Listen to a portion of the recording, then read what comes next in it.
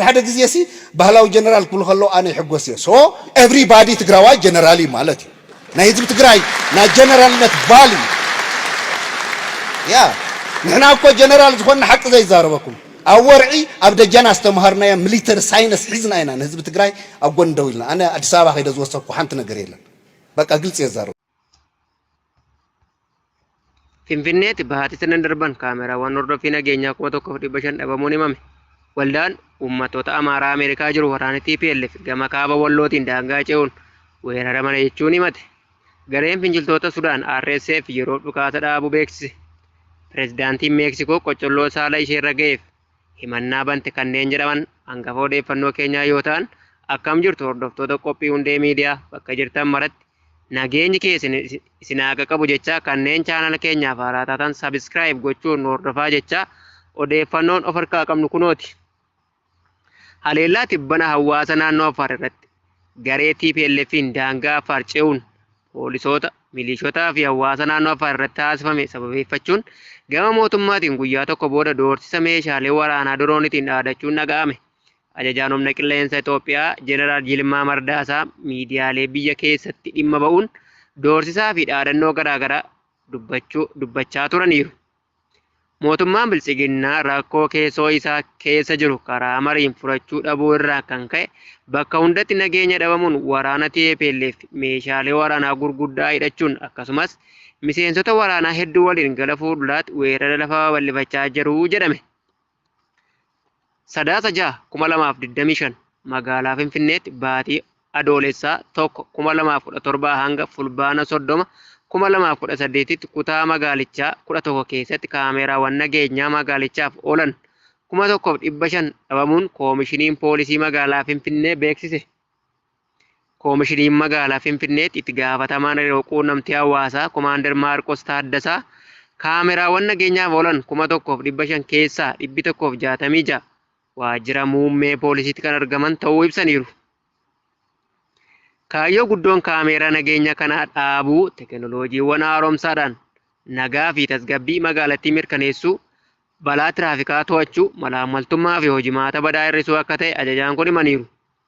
Kana malees Komaander Maarqos yeroo darbe marii damee nageenyaa fi dhimmoota adda addaa magaalattiin geggeeffamuuf yeroo karoorfame hooggantoonni fi miseensonni bakka adda addaa irraa waamamu galma tokko keessatti haasaa akka taasisan yaadachiisaniiru.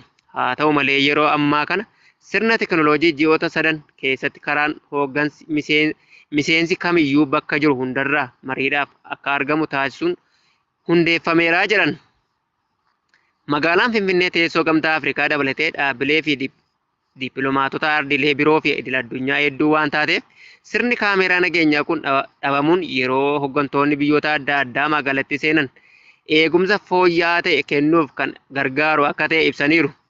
Itti gaafatamaan hariiroo quunnamtii hawaasaa koominishichaa Komaander Maarqos itti dabaluudhaan buufata poolisii tajaajilaaf mijatoo taasisuu bira darbee sirna simannaa odeeffannoo ammayyaa fi teekinooloojiiwwan adda addaa yakka ittisuuf gargaaran uumuuf kaameraa dhaabuu kan barbaachise ta'uu ifoomsuu isaanii aaduun gabaasuun wal qabate hattoonni magaalattii keessatti wal ijaaranii fi dhuunfaadhaan jiran eeruun kanneen hanna kaameraa kana irratti hirmaatan qaamolee nageenyaa biyyattii qabdu harki caalaan keessa akka harka qabu jechuun gadi fageessee qeeqeera.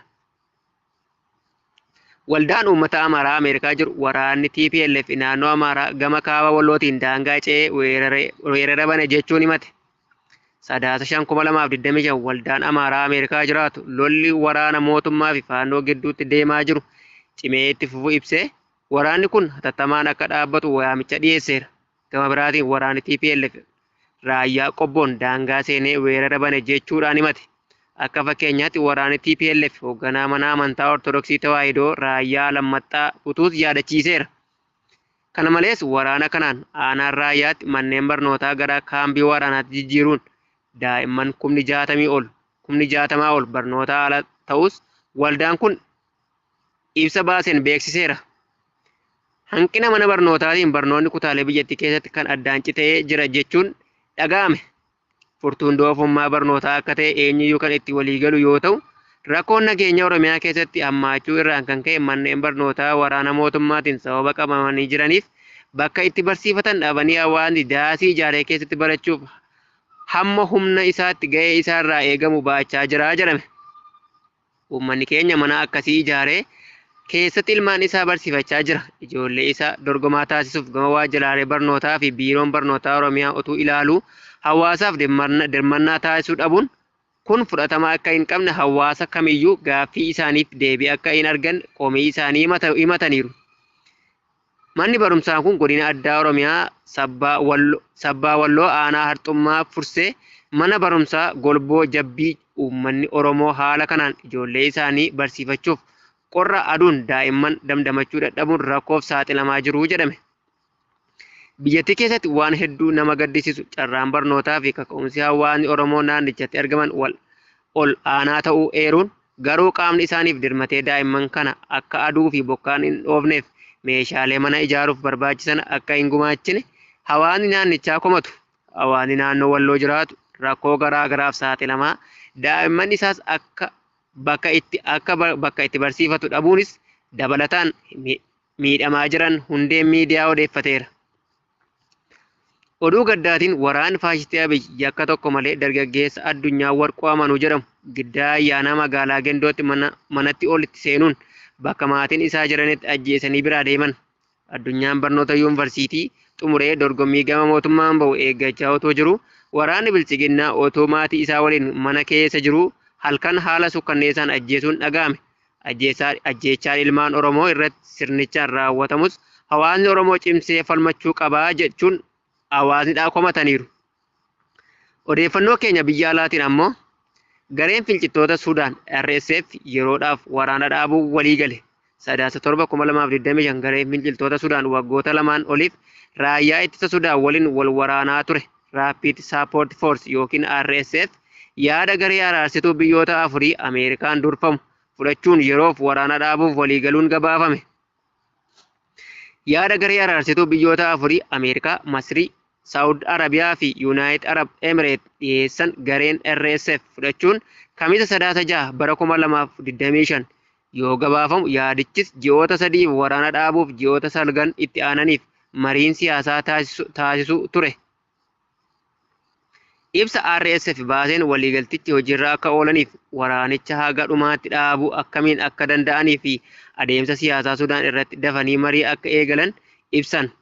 Mariin kun sababoota bu'uura irratti xiyyeeffate gaaga'ama uummata Sudaan bifa furuun akka ta'es eeraniiru.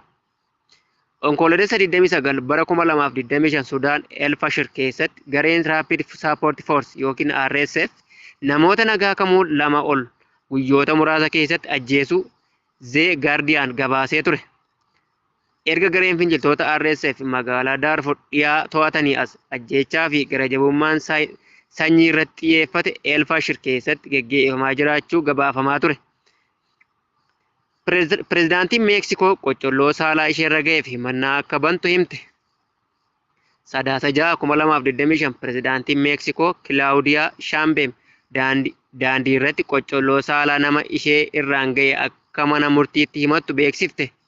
Taateen kun kan raawwate kibxata darbe pireezidaantii Kaaliwaadiyaan naannoo masaraa biyyaalessa magaalaa Meeksikootti argamutti deeggartoota isheef haasaa yeroo taasisaa turteetti qocolloon saalaa irra ga'ee jedhame.